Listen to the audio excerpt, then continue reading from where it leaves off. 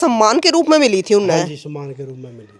तो भाई यह पिस्टल आप देखने लग रहे हो, एक बार निकाल कर दिखाइयो। या उन्हें सम्मान के रूप में दी थी, और किसने दी थी? हमारे जो भारत के पहले प्रधानमंत्री हुए थे पंडित जवाहरलाल नेहरू। या मेड इन जर्मन है, इसके नीचे भाई लिख भी रखा है मेड इन जर्मन। और यह देख लो कितनी पुरानी होगी, तो उस टाइम की सम्मान में दी हुई पिस्टल। मन में विचार आया है, देखो इतना बड़ा नाम था, पूरा देश में जाना जाए, क्योंकि जो लोग इस फील्ड में है, मतलब काव्य के जो क्षेत्र में है, मतलब हम बाहर भी जाएँ तो बहुत से लोग पूछा है, मतलब आप किस गांव से हो? भाई धनौरी गांव आ गया, तो भाई उस गांव के तो कवि हो यार केस पटवारी। तो मतलब हम कई बार अपना गर्व भी महसूस करा, लेकिन गांव में जब आदमी मतलब धरातल पर देखा तो गांव में उनके नाम का कुछ भी नहीं है, मतलब एक बिल्कुल कोई सिंगल स्मारक भी नहीं है, कोई चौक नहीं है, कोई दरवाजा भी नहीं है।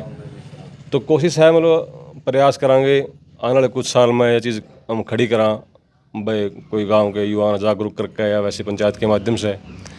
पटवारी जी की एक रचना है, वो 5 बोलियों में या 5 भाषाओं में। अच्छा।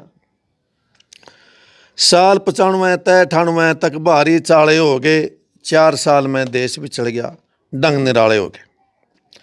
साल 95 चढ़िया सुनो किस्सा अब जनाबे आली, वर्षा हुई न गजब की न हवा मगरबी चाली, इसी वजह से खुश्क होज तालाब आब बिन खाली, जर्द रहें मर्द पड़े नहीं चेहरे पे खुशहाली। इसी साल स्वर्गवास महाराज पटियाले हो गए, 4 साल में देश भी चढ़ गया, डंग निराले हो गए। शाल 96 चढ़त वाटपुरे दुखत भई गऊ मैया, श्री नटवर खट बंसरी वाले तौर रूलत फिरत रही गैया, त्रई वस्तु की सार नहीं घिरत सतपुरुष रपैया, जर जोरू जमीन की खातिर मर्द कटत भई भैया। सारे दर्शकों ने प्रियंका को हार की राम राम। और भाई हरियाणा की अगर बात करें तो हरियाणा में बहुत सारे कवि, लेखक, गायक, सांगी हुए हैं, और आपने नाम भी खूब सुना होगा। लेकिन आज हम एक ऐसे कवि के बारे में आपने बताओगे कि शायद नई पीढ़ी उनके बारे में जानती भी नहीं। आप उस गांव में आकर देखोगे तो आपने कोई ना स्कूल मिलेगा, ना कोई प्रतिमा मिलेगी, और जो नई पीढ़ी है शायद उन्हें उसके बारे में बेरा भी ना हो। तो आज हम पहुंच रहे हैं जींद के धनौरी गाँव में। और भाई इस गांव के दादा हरिकेश पटवारी जो पंडित जी थे, तो भाई बहुत बड़े कवि हुए हैं, और उनकी जो कविताएं थी भाई सिलेबस में भी आया करती। और जिस टाइम पर हमारे प्रथम प्रधानमंत्री हुए पंडित जवाहरलाल नेहरू, तो वो नरवाना आए थे, और उन्होंने जो हरिकेश पटवारी थे दादा, तो उनको सम्मानित कराया था, एक पिस्टल देकर और 5,000 रुपये देकर। तो 5,000 रुपये तो उन्होंने वापस कर दिए थे कि भी प्रधानमंत्री राहत कोष में इन्हें दे दो। लेकिन भाई आप भी जरूर बताइयो कि जो पंडित हरिकेश पटवारी होया करते कवि, उनके बारे में आपने भी पहले सुना है, आप कितना जानो हो। तो आज हम उनके घर पे पहुंच रहे हैं, उनके पोते तक भी मिलेंगे, और आज भी उनकी के पुरानी चीज है वो उनके घर पे मौजूद है, जो वो आपने दिखाओगे और न्यू भी बताओगे, ताकि नई पीढ़ी ने भी बेरा पट्टा है। क्योंकि बहुत सारे हरियाणा में कवि, गायक, सांगी हुए तो है, लेकिन कुछ गिने चुने का नाम हमने बेरा है। गणा का बेरा कोने अगर गिनने लग जाए तो 10-20 गिन पाओगे, जो भाई बड़े बड़े नाम है। लेकिन बहुत सारे कवि हुए, उन कविया में तो बहुत सारे कवि इसे रह गए जिनका नाम कदे ऊपर ती आया ही कोन्या, लोगों ने बेरा ही कोन्या। तो भाई आज हम पहुंचे हैं पंडित हरिकेश पटवारी के घर पे। तो भाई आज आपने हम एक एक चीज उनके बारे में बताओगे, उनकी पुरानी चीज भी बताओगे कि जो महान कवि होया करते, जिनका नाम आज शायद युवा पीढ़ी ने बेरा भी नहीं है। तो भाई वो सारी चीज उनके घर पे आज दिखाने वाले हैं। उनके पहले तो आपने पोते ने मिलावेंगे। राम राम जी। राम राम जी। पड़पोते हो आप? पड़पोते जी। अच्छा, मतलब चौथी पीढ़ी आ गई? हाँ, चौथी पीढ़ी में जी। अच्छा, आपकी उम्र कितनी होगी? मेरी उम्र 42 साल के लगभग होगी जी। 42 साल होगी। हाँ जी। तो आपने भी देखे हैं दादा हरिकेश पटवारी? वो तो 1954 में गुजर गए थे जी। अच्छा। हाँ, उस टाइम में तो 1985 का जन्म है अपना। तो आप तो पड़पोते हो गए ना? हाँ, पड़पोता हूँ जी। तो आपके भी बच्चे हो रहे होंगे आगे? हाँ, मेरा एक लड़का है, 18 साल का लड़का हो रहा है। मतलब दादा की 5वीं पीढ़ी आ गई? पीढ़ी आ गई जी आगे। 5वीं पीढ़ी आ हाँ गई। जी। तो मतलब दादा की आज भी वो पुरानी चीज आप ले रहे हो? हाँ, उसकी लगभग सारी चीज़ें, किताबें और उसकी जो पिस्तौल मिली हुई थी, फूटा वगैरह, आज भी मेरे पास सारी चीज़ें हैं उनकी। एक बार ये अपने भारत के जो पहले प्रधानमंत्री थे पंडित जवाहरलाल नेहरू नरवाना आए थे, और उन्होंने वे सम्मानित करके गए थे। हाँ जी। वो 1952 में नरवाना आए थे जी। तब उन्होंने तत्कालीन एक कविता सुनाई थी। उससे खुश होकर फिर जवाहरलाल नेहरू जी ने एक पिस्तौल और 5,000 रुपये उनको दिए थे। तो 5,000 रुपये तो उन्होंने वापस प्रधानमंत्री कोष में जमा करवा दिए थे, और पिस्तौल ली थी जो आज भी हमारे पास मौजूद है जी। तो यह पिस्टल है, हाँ जी। तो यह सम्मान के रूप में मिली थी उन्हें। हाँ जी, सम्मान के रूप में मिली थी। तो भाई यह पिस्टल आप देखने लग रहे हो, एक बार निकाल कर दिखाइयो। या उन्हें सम्मान के रूप में दी थी, और किसने दी थी? हमारे जो भारत के पहले प्रधानमंत्री हुए थे पंडित जवाहरलाल नेहरू। या मेड इन जर्मन है, इसके नीचे भाई लिख भी रखा है मेड इन जर्मन। और यह देख लो कितनी पुरानी होगी, तो उस टाइम की सम्मान में दी हुई पिस्टल थी। उनके पास 2 पिस्टल हुआ करती। 2 या करती जी। एक बचपन में छोटा हाथ था, मैंने खेल खेल में वो जला दी थी, अच्छा, उसका पता नहीं था वैल्यू का। तो अब जैसे पता लग गया है, तो एक ही पिस्तौल अभी फिलहाल है उनकी। तो एक तो प्रधानमंत्री ने सम्मान में दी थी, और दूसरी दी थी राजा पटियाला राजा ने। अच्छा, हाँ, उनके साथ भी उनके अच्छे संबंध थे, तो वहाँ से मिली थी उन्होंने। और 2 पिस्तौल थी उनके पास, एक ये है और एक वो। बिल्कुल भाई। और बाकी जानकारी हम मास्टर जी तक लेंगे, क्योंकि मास्टर जी ने काफी बेरा उनके बारे में। राम राम मास्टर जी। राम राम जी। मास्टर जी क्या नाम है? राम फड़गोट इसी गांव से हो? जी। तो मास्टर जी आप बताओ कि कब इनका जन्म होया था, और किस प्रकार से पटवारी लागे, फिर इन कविता लिखनी कब शुरू हुई, थोड़ी इनके जीवन के बारे में। पंडित हरिकेश पटवारी का जन्म 7 अगस्त 1898 को गांव धनौरी में और पंडित उमाशंकर के घर पर हुआ।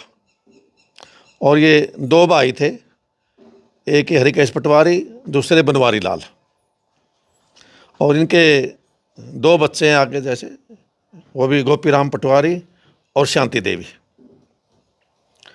जहाँ तक शिक्षा की बात है, इन्होंने खन्ना से अपनी शिक्षा प्राप्त की, और उसके बाद स्वाध्याय से भी इन्होंने अपनी शिक्षा प्राप्त की।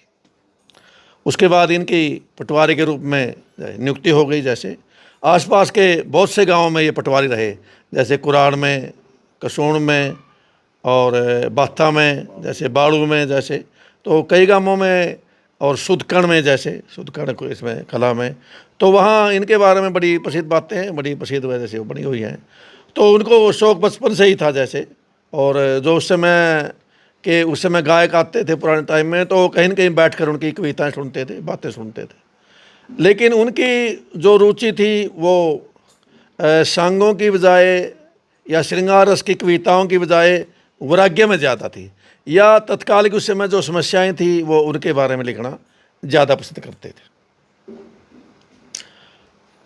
बाद में उन्होंने जो पंडित रवि स्वरूप थे निंदाना वाले, उनको गुरु धारण किया। और एक समय ऐसा हुआ कि उनका दोनों का शास्त्रार्थ हो गया था आपस में। तो आखिर में जब शास्त्रार्थ करते करते रवि स्वरूप जी ने पूछ लिया कि भाई आपके गुरु कौन है, तो पटवारी जी ने कहा कि अब आप ही मेरे गुरु हो। तो जैसे उन्होंने अपने एक वंदना में कहा, जैसे रवि स्वरूप रही रवि खिल रहे कर हृदय प्रकाश, हरिकेश मति मंद क्या करो हृदय प्रकाश, के हे गुरु आप में, जैसे आप मेरे हृदय में प्रकाश करो। अगर हम प्रणाली की बात करें तो पंडित गुणी सुखीराम हुए हैं जैसे, और गुणी सुखीराम के शिष्य पंडित चंदूलाल हुए मिर्ज़ापुर में, और चंदूलाल के शिष्य पंडित रवि स्वरूप निंदाना में हुए, और उनके शिष्य पंडित हरिकेश पटवारी। तो हरिकेश जी के जो सुपुत्र थे पंडित गोपीराम, तो उन्होंने एक बार जैसे बात चलते चलते मेरे को बताया था कि उन्होंने किसी महात्मा की सेवा की, तो उन्होंने वरदान दिया कि आप बहुत अच्छे कवि होंगे, लेकिन आपकी वैराग्य में रुचि रहेगी। तो उसके बाद इन्होंने जितनी भी रचनाएं लिखी हैं वो ब्रह्म ज्ञान के बारे में या वैराग्य के बारे में लिखी हैं। और इनके जो विवाह है वो जिला जींद में, जैसे जींद से पली साइड में बरोली गांव में हुआ था। और ये 2 बच्चे मैंने आपको बताए, जैसे गोपीराम, और ये तो अल्पायु में ही इनकी पत्नी का निधन हो गया था, तो ये भी उनके वैराग्य का कारण रहा होगा। एक बार जैसे ये उस समय दड़ीज बोलते थे, जैसे पुराने टाइम में दड़ीज, तो वहाँ वो लेटे हुए थे, और एक अमरीक सिंह थानेदार था, जैसे वो उधर से जैसे यहाँ एक सेठ थे प्रसादी मल धनौरी में, तो वहाँ उसके पास जाता था। तो लोगों ने जैसे उठकर, उस समय पुलिस का बड़ा खौफ था, तो सभी ने नमस्कार किया। पटवारी जी भी लेटे हुए थे, शायद उन्होंने भी राम राम की होगी जैसे। लेकिन वो उस समय उसका रुतबा ज़्यादा था अमरीक सिंह का, तो वहाँ उसने जो वहाँ सेठ के वहाँ बैठ कर के कहा कि भाई रास्ते में एक ऐसा आदमी था यार, उसने खड़े होकर मेरे को नमस्कार नहीं किया, तो उसको बुला करके लाओ। तो जैसे चौकीदार थे उस टाइम, तो उनको बुलाया कि आपने नमस्कार नहीं किया। कहते जी मैंने नमस्कार तो किया, लेकिन भाई आपने सुना नहीं। तो उस समय बताते कि उन्होंने उसको थप्पड़ मार दिया। तो प्रसादी जो मतलब सेठ था, उन्होंने कहा कि ये बहुत बड़ी हस्ती हैं, आप ऐसा गलत करो, ये पटवारी हैं और बहुत पहुंची चीज़ है। लेकिन वो अपने उसमें पद के नशे में चूर था। तो बाद में शिकायत महाराजा के पटियाला के पास चली गई। तो महाराजा पटियाला ने उस समय जो आदेश पास किया कि जो कुछ लिखना था एक जैसे कागज़ पे लिख के भाई आप मजिस्ट्रेट को दे देना। तो वो मजिस्ट्रेट के पास आया, उसने थानेदार को बुलाया, भाई बोलो क्या करना है, पटवारी जी से माफ़ी मांगनी है या अपनी नौकरी गंवानी है। तो जी देखो नौकरी किसको अच्छी नहीं लगती, वैसे मैं माफ़ी मांग लेता हूँ और समझौता कर लेता हूँ। तो पटवारी जी भाई आपकी क्या शर्तें हैं? भाई मेरी ये शर्त है जी, उस समय कोर्ट थी जैसे ये रेलवे लाइन के फाटक के पास अपने नरवाना की पुरानी कोर्ट, और बीच में ये थाना इधर जो रेलवे रोड है यहाँ थाना था पुराना, अभी तो ये चेंज हो गया। तो मैं वहाँ से आपके कंधे पर बैठूँगा और वहाँ तहसील और थाना इकट्ठे थे, वहाँ जाके उतरूँगा और फिर मैं समझौता करूँगा।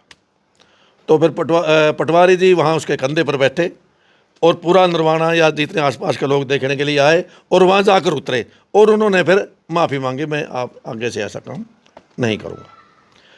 जैसे कविताओं की बात है, उनका जैसे बड़ा सानिध्य रहा पंडित लक्ष्मीचंद के साथ, पंडित मांगेराम के साथ, उनके कई बार शास्त्रार्थ भी हुए। और पंडित लक्ष्मीचंद से वो लगभग 5 साल उम्र में बड़े थे। अच्छा। हाँ, क्योंकि पंडित जी का जन्म 1903 का है और पटवारी जी का जन्म 1898 का है। तो उनको बड़ा आदर सम्मान देते थे और अपने सिरहाना बिठाते थे कि जैसा जो रिवाज था, आयु में भी बड़े हैं और तो बड़े आदमी का मान सम्मान करते थे।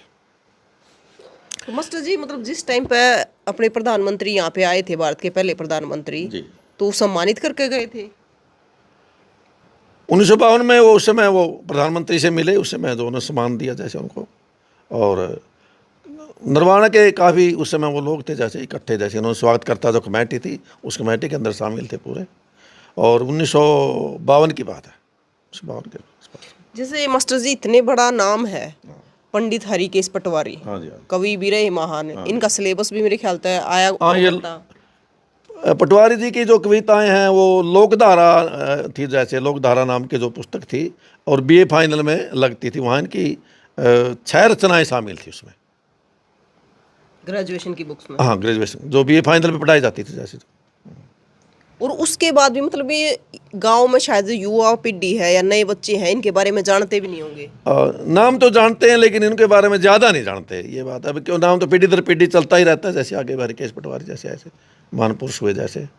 और दूसरा इनका जो, अगर हम स्वाभिमान के बारे में बात करें तो ये बड़े इस बात में बहुत ज़्यादा ही स्वाभिमानी थे। जैसे मैं तहसीलदार का संबंध है पटवारी के साथ जैसे, तो उन्होंने कहा कि भाई आप, मैं जो तहसीलदार जिस समय आते थे तो गांव की सीम पर लोग दूध लेकर जाते थे, उस टाइम में ऐसा ज़माना था।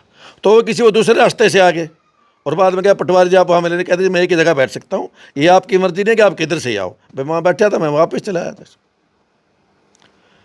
एक बार वो किसी वो धुन में थे, वो रजिस्टर में वो टेक लिख दी भजन की। अच्छा। हाँ, तो रजिस्टर वो चेक करने लगे तहसीलदार, तो उन्होंने गुस्से में रजिस्टर फेंक दिया तहसीलदार ने। तो उन्होंने कहा पटवारी छोटा कर्मचारी है, अपने आप उठाएगा। तो पटवारी जी ने भी रजिस्टर नहीं उठाया, तहसीलदार भी चल दिए, पटवारी जी भी चल दिए। तो उन्होंने कहा कि पटवारी जी आपने रजिस्टर नहीं उठाया। उनकी हाजिर जवाबी बड़ी गजब की थी। रजिस्टर तो आपने फेंक दिया, तहसीलदार साहब आप उठाओ, मैं क्यों उठाऊँ? नहीं, आप छोटे कर्मचारी हो, ऐसा है जी, जो कसूर किया या जो गलती की या नहीं की वो मैंने की, रजिस्टर ने क्या गलती की है? रजिस्टर तो सरकारी दस्तावेज है, आपने उठाना उठाओ, नहीं उठाना ना उठाओ। तो आखिर में वो तहसीलदार को ही वो रजिस्टर उठा करके ले आना पड़ा। फिर उनका निधन कब हुआ और कैसे हुआ? उनका निधन 18 फरवरी 1954 में हुआ और वो उस समय नरवाना गए हुए थे। नरवाना जैसे उनका जो ये डटीर ब्राह्मणों का जो है मतलब मोहल्ला, वहाँ उनकी बड़ी वो अच्छी वो थी, जैसे उठ बैठ थी या जानकारी थी। और मरते टाइम उन्होंने कहा था कि जब मैं उनको अंदाज़ा हो गया था कि अब मेरा भाई अंतकाल नज़दीक है, भाई मेरे को जो साजी चौपाल है भाई वहाँ ले चलो, मैं किसी के घर में अपने प्राण त्यागना नहीं चाहता। और उनका उस समय साधन भी ऐसे थे, तो संस्कार भी वहाँ जो गैबी साहब के पास जो ये शमशान भूमि है वहाँ पर किया था। तो उनकी बहुत सारी जो कविताएं हैं मैंने कहा है मतलब मिली भी नहीं। ये 4 पुस्तकें छोटी छोटी है जो सबके यही मिली हैं, जिनका ज़्यादा फिर साहित्य मिल नहीं पाया। बस वो कहीं वो लिख के रख गए या कहीं जैसे क्या कहीं रह गया, तो वो ज़्यादा फिर उनका मिल नहीं पाया।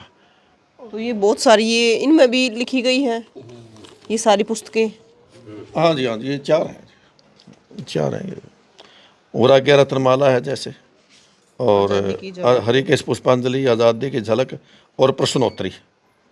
तो इन सब में उनकी कविताएं हाँ, हैं। उनकी रचनाएं हैं जी ये सब। इसके अलावा इनकी और भी मिली है। ये और भी रचनाएं मिली हैं इनकी बाद में, हाँ, मिली हैं इनकी रचनाएं। और जो पंडित मांगे राम थे यहाँ हमारे परिवार, हमारे ताऊ जी के लड़के थे जो, तो उन्होंने तो ये भी बताया था कि पूर्णमल का एक पूरा मतलब किस्सा था इनका, और उस टाइम में भाई हमारे को दिखाया गया था, लेकिन वो फिर बाद में मिल नहीं पाया, क्योंकि उर्दू में लिखे हुए थे उस टाइम, क्योंकि उर्दू का लेखन था उससे। उर्दू में लिखा करते। हाँ, उर्दू। तो ये तो मतलब हिंदी में लिखी गई है जो हाँ, ये इसमें? बात की ये प्रकाशित तो हिंदी में बाद में, उस समय उर्दू का ही प्रचलन था जैसे। हाँ हाँ, ये सही है। तो भाई बहुत सारी जो कविताएं हैं पंडित हरिकेश पटवारी के द्वारा लिखी गई है और उनकी वो किताबें भी हैं और किस्से भी लिखे गए हैं। लेकिन भाई बात यह है कि मतलब आपने वो बड़े बड़े कविया के नाम सुने होंगे, जो कर दादा मेहर सिंह का सुना होगा, लक्ष्मी चंद का सुना होगा दादा का, लेकिन इनका नाम शायद आपने नहीं सुना होगा। लेकिन आज हम उनके घर आए पहुंचे हैं। राम राम जी। राम राम। क्या नाम है? बसदेव है। आप इसी गांव से हो? हाँ हाँ, आपकी उम्र कितनी होगी? हो गया 57-58 का। तो आपने सुना है इनके बारे में, अपने बाप तय दादा तय उनके हाँ, बूढ़ा लोग है खूब। की बताया करते? न्यू कहते बढ़िया कविता, पिंगल का बड़ा अच्छा कविता, मुंशी राम था यू, जमाना का भी था यू, बढ़िया कवि था। फिर प्रचार को नहीं होया कुछ, बजना बस आप भी और कवियाँ की लाग गई हैं। वो आज बिठाई यही पे गाता, कलाकार तो ले ले इसकी छाप में गावा उन भजना ने कुछ संभाल सी बिगाड़। बाकी मास्टर जी ने बहुत इकट्ठा कर इसका इतिहास, 3-4 किस्से थे मैं घूमे इसके। जितना आज़ादी की झलक हैं तो बढ़िया भजन है, लले कड़ियाँ कह ले ब्रयाग के भजन है ज़्यादा। तो मतलब जो किस्से होया करते वे नहीं मिले? वहाँ भजन मिले हैं उस कुछ किस्से के, मास्टर ले आया लिख के। अच्छा। हाँ हाँ, कुछ उसके चेले थे मैं पुराने हो पाए। तो भाई ये अखबार में भी लगे हैं कि नेहरू के चहेते कवि का गांव, तो अखबार में भी इनके बारे में छपा है खूब। और भी पूछेंगे हम। राम राम जी। राम राम जी। क्या नाम है? राजीव कुमार। आप इसी गांव से हो? हाँ जी। अच्छा, तो लाला जी आप अभी भी गांव में रहते हो? हाँ जी, गांव में रहते। तो आपने भी सुना है कभी हरिकेश पटवारी के बारे में? बिल्कुल सुना जी। अच्छा, क्या सुना? ये बहुत अच्छे कवि थे और इनकी रचनाएं बहुत बढ़िया है, हमने पढ़ी भी है और गाते भी देखा कईयों को। अच्छा। और सुनी भी है। गाते देखा किसी और को? हाँ जी, इनके पास एक डॉक्टर है जी और उन्होंने गाई है। अच्छा। उनको देखा है जी, इनकी दुकान के पास है, प्रवीण कुमार की दुकान के पास। उन्होंने 3-4 रचनाएं एक साथ गाई थी, तो जो मोबाइल में देखी थी हमने। बहुत बढ़िया रचनाएं हैं और उनमें हमें शिक्षा भी मिलती है और धार्मिक भी है, धर्म का भी ज्ञान है और शिक्षा भी मिलती है। मतलब पहले जो गायक होया करते, कवि होया करते या फिर वो होया करते, तो मतलब वे अच्छा लिखा करते, भंडारा लिखा करते ना, बढ़िया समाज के बारे में बढ़िया ज्ञान दे करते सारे कवि, जैसे मुंशी प्रेमचंद होए और कवि जो सारे ने समाज के बारे में बढ़िया लिखा है जी। बिल्कुल। पहले तो मैंने की। राम राम जी। राम राम जी। क्या नाम है? विनोद। विनोद जी। विनोद जी, आप तो युवा हो, लेकिन आपकी गांव की अगर बात करें, मतलब ना तो कोई स्कूल का नाम है, ना कि हमने प्रतिमा देखी। हाँ, गौरव पट पे उनके बारे में जरूर लिखा गया है। हाँ, मतलब कई बार मतलब हमारे मन में विचार आया है, देखो इतना बड़ा नाम था, पूरा देश में जाना जाए, क्योंकि जो लोग इस फील्ड में हैं, मतलब काव्य के जो क्षेत्र में है, मतलब हम बाहर भी जाएँ तो बहुत से लोग पूछा है मतलब आप किस गांव से हो, भाई धनौरी गांव आ गया तो भाई उस गांव के तो कवि हो हरिकेश पटवारी। तो मतलब हम कई बार अपना गर्व भी महसूस करा, लेकिन गांव में जब मतलब धरातल पर देखा तो गांव में उनके नाम का कुछ भी नहीं है, मतलब एक बिल्कुल कोई सिंगल स्मारक भी नहीं है, कोई चौक नहीं है, कोई दरवाजा भी नहीं है। तो कोशिश है मतलब प्रयास करांगे आने वाले कुछ साल में ये चीज़ हम खड़ी करा भाई, कोई गांव के युवा जागरूक करके या वैसे पंचायत के माध्यम से।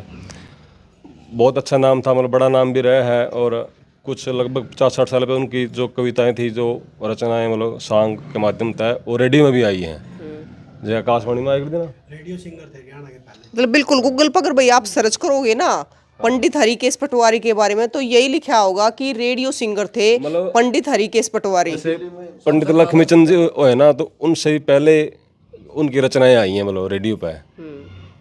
पंडित लक्ष्मीचंद का अच्छा नाम है, बड़ा नाम है उनका भी, लेकिन वो उनसे भी पहले के भी मतलब कवि थे। हाँ, वो उन मास्टर जी ने बताया कि वो भी उनका सम्मान करते थे, लेकिन मतलब अज्ञात कुछ कारण रहे हैं, पता नहीं क्या कारण था, वो शायद इन्होंने ज़्यादा पता, जो उनका नाम दब गया, आगे नहीं मिलान पाए। तो कर रहे हैं कोशिश। भाई देखो बिल्कुल इतनी महान हस्ती इस गांव में हुई, धनोरी गांव में, लेकिन शायद धनोरी गांव ने खुद भी ना बेरा होगा कि हमारे गांव में इतनी महान हस्ती हुई है। धनोरी गांव के शायद सारे युवाओं ने बेरा भी ना हो इस बात का कि इतनी महान हस्ती ने हमारे गांव में जन्म लिया था। राम राम जी। राम राम जी। क्या नाम है? मेरा नाम डॉक्टर जगदीप है जी। तो डॉक्टर साहब आप भी धनोरी से ही हो? जी नहीं, मेरा गांव जुलेड़ा है। अच्छा। ये दमतान साहिब के पास है। जो मैं यहाँ प्रैक्टिस करता हूँ धनोरी में, और पिछले 6 महीने से ही मैं मिला था प्रवीण जियों से, जो अपना दादा कवि रहे हैं, जो उनके परपोते हैं। तो ये एक अफसोस सी की बात महसूस हुई जी मुझे जब पता लगा, क्योंकि देखो आपा पंडित लक्ष्मीचंद जी के बारे में सारे जाने हैं, छोटा बच्चा पे पूछ ले वो भी बता देगा कि हाँ मतलब कवि होया कर दे। तो बड़ा अफसोस होया जब मैंने पता लगा कि इतने अच्छे कवि थे और उस दौर के थे, जबकि उन्होंने बहुत अच्छी अच्छी कविताएं लिखी हुई हैं, बहुत अच्छे अच्छे भजन लिखे हुए हैं। उनके बारे में गांव में मेरे को मतलब कुछ खास अलग सी चीज़ें देखने को नहीं मिली, और गांव में नहीं मतलब ये समाज में भी होनी चाहिए। इसको मतलब हमारे प्रशासन का, हमारी सरकार को भी इस चीज़ की ज़रूरत है कि जो पंडित लक्ष्मीचंद के नाम पे बहुत सी चीज़ें हैं, तो दादा हरिकेश पटवारी के नाम पे भी ये चीज़ें होनी चाहिए, क्योंकि आवाज़ उठाने का मुद्दा है, क्योंकि वो भी हमारे देश की संस्कृति को बचाने के लिए उन्होंने बहुत कुछ लिखा है। मैंने 2 लाइनें याद हैं, देखी थी मैंने एक कविता में दादा हरिकेश जियों की, बहुत ही प्यारी है वो, कि दुखी होते भगत ऐस करते ठग चोर जवारी क्यों, भगवान तने कहती सारी दुनिया न्यायकारी क्यों।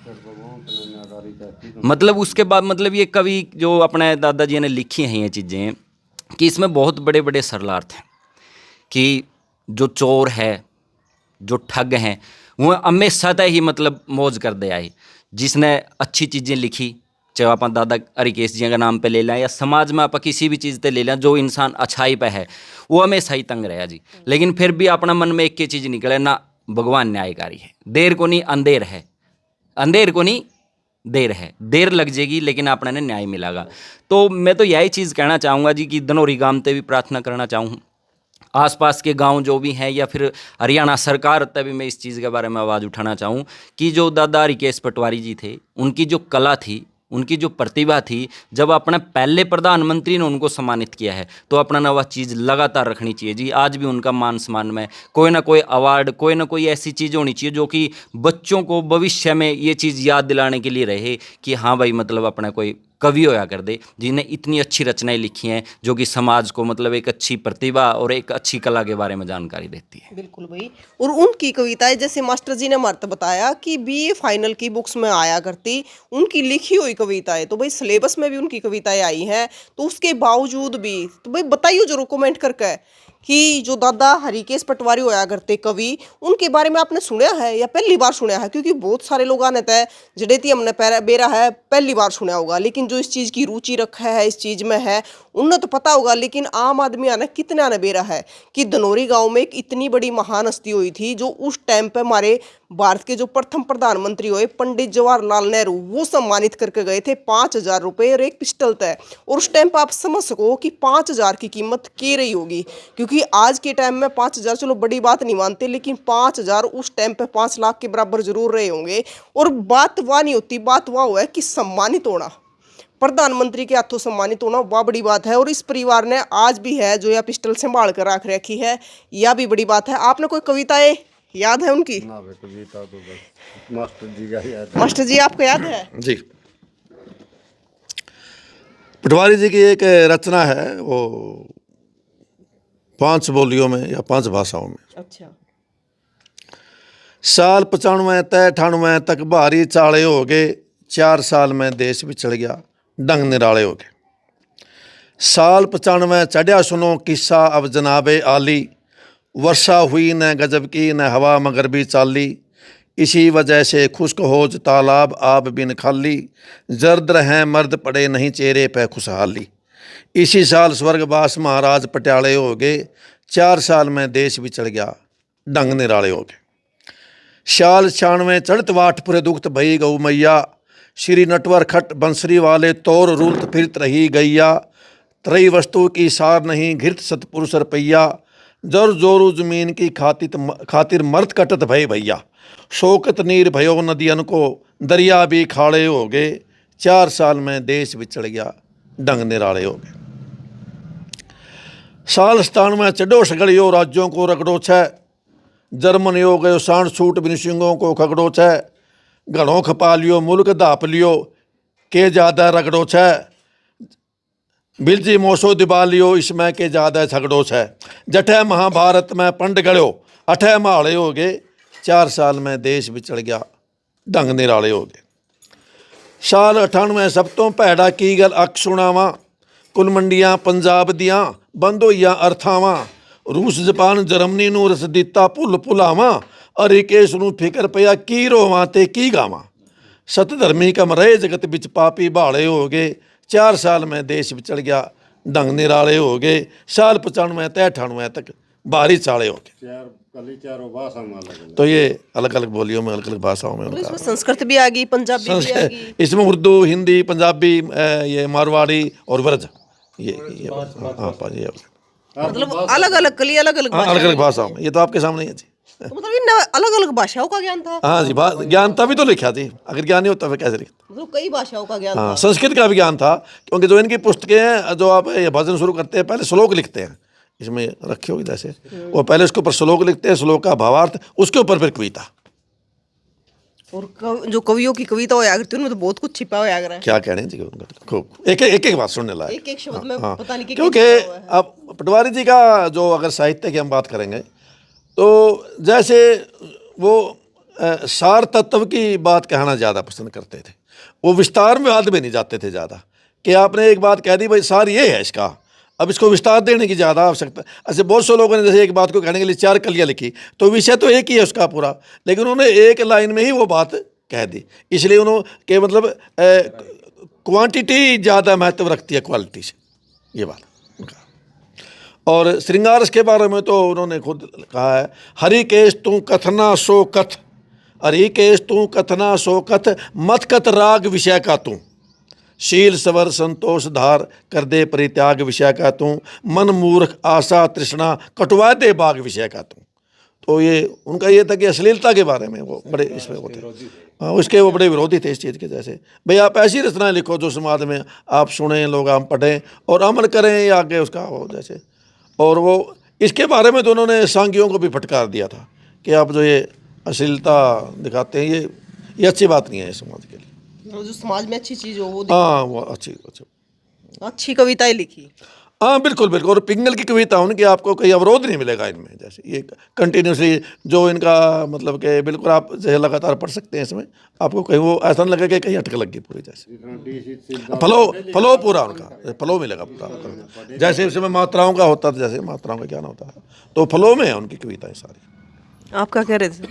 जो हम पढ़े लिखे ज़्यादा पसंद कर रहे थे इसकी कविता। अच्छा, हाँ, कई भाषा ज्ञान था, अच्छी कविता इसकी। मास्टर जी एक बात बताओ, आप अपनी तरफ से क्या कहना चाहोगे? तो मैं तो ये कहूँगा कि सरकारी तौर पर भी इनको जैसे अच्छा मान सम्मान मिलना चाहिए कोई जैसे, और गांव के लोगों से भी गुजारिश है कि इनके जैसे इनकी यादगार में कोई स्मारक या कोई द्वार या जो ऐसी कोई चीज़ बनाए, ताकि आने वाली पीढ़ी प्रेरणा ले इसके। तो महापुरुषों को तो यही है कि आगे आने वाली पीढ़ी उनसे प्रेरणा ले। अगर उनकी कोई यादगार नहीं रहेगी तो लोग बस ये किताबों में रह जाएंगे और बाद में धीरे धीरे फिर लोग भूल जाएंगे, क्योंकि स्मृति बड़ा महत्व रखती है जैसे। बिल्कुल। और भाई ऐसी महान हस्तियाँ कदे कदे जन्म लिया करें। क्या कह रहे थे जी आप? ये कह रहे थे माइंती आज़ादी के बारे में भी लिखा है, आज़ादी हिंद फौज में भी इन्होंने मतलब कई बंदों की ज्वाइनिंग करवाई थी उस टाइम में, और ऐसा एक आंदोलन में भी भाग लिया था बढ़ चढ़ के। तो इन्होंने पहली पुस्तक जो लिखी थी इनकी आज़ादी की झलक लिखी थी। उसमें आज़ादी के बारे में थी, अपने सारे नेहरू जी के बारे में, गांधी जी के बारे में, सुभाष जी के बारे में, सरदार पटेल के बारे में, सबके बारे में लिखा था उस टाइम में। तो मतलब इनकी जो कविताएं हैं, जो अन्य पुस्तक है जैसे वैराग्य रत्नमाला होगी इनकी, ये तो वैराग्य से संबंधित है। एक प्रश्नोत्तरी है, उसमें शंकराचार्य के सवाल जवाब हैं जैसे, तो उनके बारे में उन्होंने बढ़िया लिखा है। बाकी उसके प्रश्नोत्तरी के बारे में मास्टर जी 2 शब्द बताएंगे।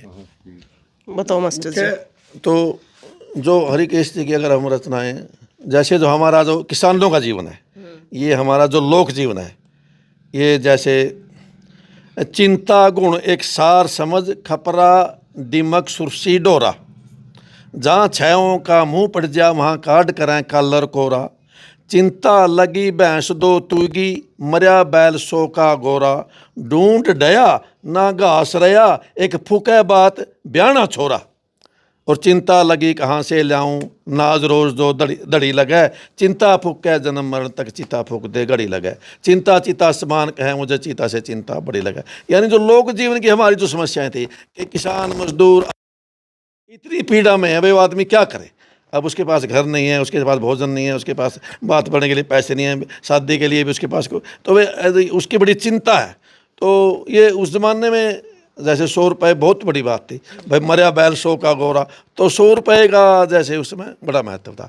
और 100 रुपये के बारे में पटवारी जी ने जैसे बड़ी उम्मीद रखी है कि आज़ादी के बाद शायद पटवारियों की तनख्वाह भी 100 से तारी 100 से ऊपर तनख्वाह हो जारी केस पटवारी, वैसे मनगढ़ंत मनमानी बात करें अंदर नारी, आज़ाद हिंद के राज की नीति सुनिए सारी। तो उसकी अंतिम पंक्ति है कि तारी 100 से ऊपर तनख्वाह हो जा अरे केस पटवारी। तो कहने का भाव है कि उस समय लगभग 100 रुपये ही उसके जैसे पे मिलती होगी, तनख्वाह मिलती होगी। तो बड़ी उम्मीद थी कि आगे जैसे भारत में जैसे बढ़ा, और उन्होंने बड़ी भविष्यवाणी भी की है। जैसे पंडित लक्ष्मीचंद का जैसे भजन है कि जैसे भाई वेद व्यास जी का लोकाल का लिखने लगे सारा, तो इनका भी है जैसे भाई आज़ादी के बाद भारत में जैसे क्या क्या होगा, जैसे भाई यहाँ इंजन के हल चलाएँ खाद ढोएंगी मोटर लारी, कि ऐसा समय आएगा इंजन के हल तो ट्रैक्टर आए बाद में, और खाद अब आप देखो अब लोग कारों में खाद ले जा रहे हैं जैसे खेतों में।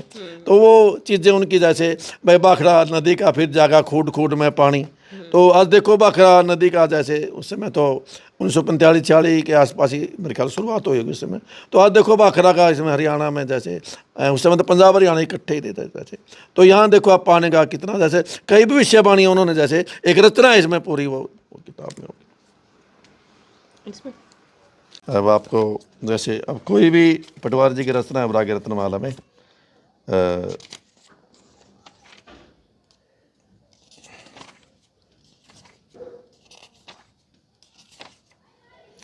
जैसे वैराग्य प्रकरणम श्लोक है जैसे भोगे रोग भयम कुले च्युति भयम विते निर्पाला उद्भयम मौने दैन्य भयम बले रिपु भयम रूपे जराया भयम शास्त्रे वाद भयम गुणे खल भयम काये कृतांताद भयम सर्ववस्तु भयावंतम भुवि निर्णाम वैराग्य एव भाव भयम। तो ये वैराग्य शतक से जैसे ये श्लोक है। तो इनको उन्होंने फिर जैसे रचना की, एजी जगत में कौन ऐसा बलकारी जिसको भय का भय न हो खुद मन भय भारी, कि संसार के अंदर आज तक कोई ऐसा आदमी नहीं हुआ कि जिसको किसी का डर नहीं हुआ। कोई आदमी संसार में ये नहीं कह सकता कि जैसे तृष्णा निंदा है इसमें, यच काम सुखम लोक यच दिव्यम महत सुखम तृष्णा अक्षय सुक्रियति धात षोडशीम कलाम। तो ये जितने इनकी रचनाएं हैं जैसे विषयों की निंदा, ये पहले आपको एक उसका श्लोक मिलेगा, ये योग वशिष्ठ से है जैसे, और ये शांति पर्व महाभारत से है, वो वैराग्य शतक जो भर्तृहरि का उससे वैराग्य शतक से थी। ये भी जैसे धन निंदा, ये वैराग्य शतक की चीज़ें हैं ज़्यादा। तो उन्होंने पहले जैसे ये लिखी हुई हैं जैसे रचना। और ये एक पटवारी जी का ये है कि बहुत से लोगों को इसके बारे में ज्ञान नहीं है। जैसे ये एक स्त्री के ऊपर कविता लिखी हुई है जैसे, लेकिन ये उस स्त्री के लिखे हुए है जो चाल चलन से भ्रष्ट हो चुकी है। इसके अंदर एक लाइन है जैसे ये तो निंदा कर नहीं, वो निंदा उसकी की कि जैसे कुल्टा, उस समय जैसे कुल्टा शब्द था जैसे भाई कुल्टा स्त्री है जो जैसे जब तक धन बल मद यौवन रहे तब तक कुल्टा प्यार करे। ये जैसे निर्बल निर्धन पति मित्र पे सौ जूता की मार करे। तो भाई जो उल्टा स्त्री है वो सर्वनाशक है। तो पटवारी जी ने जैसे भाई ऐसी स्त्री की, या जो पुत्र सुपुत्र नहीं है जैसे ऐसे पुत्र की, तो जो भी चीज़ उन्होंने ये लगती है कि ये परिवार के लिए समाज के लिए जैसे घातक है, ये जैसे चिंता निंदा एवं समाधान भूता विंसितम पश्चितम प्रवर्तमान। तो पहले उन्होंने श्लोक लिया संस्कृत में दे निंदा। तो दे निंदा का अर्थ है कि जो हमारा शरीर है ये हाड मांस का पुतला, मलमूत्र दुर्गंध है, इसमें कोई ऐसा कुछ नहीं है कि लोग इसके पीछे पड़े हुए हैं और इसके पालन पोषण के लिए कि लोग अत्याचार करते हैं, बड़े बड़े पाप करते हैं। जैसे भाई ये तू क्यों घर बाया बिन पुंदाया सुंदर काया, कहो किस काम की। अगर आप इसे समाज सेवा करें, कुछ भला करें, भगवान का भजन करें तो ठीक है, नहीं तो इसका फिर क्या है। जैसे आप उनके पड़पोते हो तो आप क्या कहना चाहोगे सरकार को? मैं यही कहना चाहता हूँ कि जो उनकी प्रतिभा थी उनको उसका जो वो कहते हैं ना सम्मान मिले, वो नहीं मिला अभी तक। मेरा सरकार से अनुरोध है कि उनको भी वही सम्मान मिले जिसके वो असली के हकदार थे, क्योंकि मतलब उन्होंने इतना कुछ लिखा, इतना कुछ समाज में ज्ञान दिया, लेकिन आज भी उनके नाम से कुछ भी एक छोटा से छोटा अवार्ड से लेके कुछ भी नहीं आज तक सरकार ने किया। हमने देखो बहुत सी वो करी, एक नेता ने तो बल्कि लिखा था राष्ट्र कवि का दर्जा दिलवाने का, ये इसमें है, लेकिन आज तक मतलब उसके बारे में भी कोई दोबारा सिस्टम नहीं उठा इसका। हमने बहुत जगह जिस तरह प्रोग्राम हर साल करवाते हैं आवाज़ उठाई, लेकिन अब तक सरकार ने हमारी कोई मतलब किसी चीज़ की सुनवाई नहीं करी। इन चीज़ों के लिए मतलब सरकार ने बोल रखा है कि राष्ट्र कवि का दर्जा देंगे, लेकिन ऐसा अभी तक कुछ हुआ नहीं है। तो यही प्रार्थना है कि हम मतलब हरियाणा सरकार से प्रार्थना करते हैं कि जो हमारे कवि रहे हैं आगे बच्चों को भविष्य में जानकारी देने के लिए, जो हमारी परंपरा को लगातार आगे बढ़ाने के लिए आप इनका भी सम्मान करें, इनका जो हक है वो इनको दें आप। और गांव में भी इनका कुछ प्रतिमा जो भी है वो बनवाएं आप, या फिर कोई अवार्ड जैसे दादा लक्ष्मीचंद के नाम से अवार्ड है तो ऐसा ही कोई अवार्ड आप उनसे बनवाएं, कोई स्कूल कॉलेज मतलब इनके नाम हो, ताकि लोग उस चीज़ को देख के आगे बच्चे भविष्य में उन चीज़ों को देखकर सीखें कि मतलब हाँ कि हमारे जो बुजुर्ग रहे हैं उनके अंदर कितनी प्रतिभा थी, कितना वो अच्छा लिखते थे और मतलब कितने अच्छे संस्कार थे। उन चीज़ों को ग्रहण करें ताकि हमारे जो बच्चे हैं, युवा है, वो प्राचीन सभ्यता की तरफ ना जाएं और वो हमारी संस्कृति के साथ ही जुड़े रहें। बिल्कुल भाई, कि आने वाली पीढ़ी भी उस चीज़ ने देख सके कि हमारे गांव में ऐसी महान हस्ती हुई जिसने ऐसी ऐसी रचनाएं लिखी, ऐसी ऐसी कविताएं लिखी, और ऐसी महान हस्ती भाई सदियों में कदे एक बार जन्म लिया करे और यो भाई यह चीज़ सीखे तो आती ना सिखाए तो आती, या तो भाई वो क्या करे ना कि यो तो पेट में तो हुनर लेकर पैदा होया जा है। बहुत से गायकों ने पटवारी जी की 2 रचनाओं पर पंडित लक्ष्मीचंद की छाप लगाई है, ये बड़ी अनुचित बात है। और ये विशेषकर गायक भाइयों को ये देख लेना चाहिए, पहले उसके लिए पता कर लेना चाहिए। जैसे एक को मार 5 खुद मर जा, अजमा ले जे जरे नहीं, फिर खुद मैं खुद खलक खुदा खुद तेरे पास कहीं पर नहीं, अरे केश तृष्णा ठगनी से कभी प्रीति करे नहीं। ये छाप बिल्कुल क्लियर है। तो लेकिन लोगों ने ये छाप काट दी और पंडित लक्ष्मीचंद का नाम लगा दिया। एक इसे करे तो कर हर से, लावे तो लो लाया कर, पीवे तो पी प्रेम रस, खावे तो गम खाया कर। ये भी छाप लोगों ने काट दी। ये भी पटवारी जी का वचन है। वो बात की बात है। तो लोगों को ऐसी बातों में ये बड़ा महापाप है किसी की रचना को चुराना। तो जिस पे रचना जिस कवि की है आप उसी की रचना गाएं और ऐसा गलत प्रचार या गलत काम मत करें कि आने वाली पीढ़ियों को भी आपको फिर गाली सुननी पड़े कि उसने ऐसा काम किया। तो हम सभी से प्रार्थना करेंगे कि जिस कवि की आप रचना गाओ, चाहे पटवारी जी की चाहे किसी और की है, कि आप उसके मूल छाप से गाओ। अगर आपको पता नहीं है आप उसका पता करो पहले, जब आपका पता नहीं तो वैसे रचना मत गाओ। तो ये सभी से अपील है।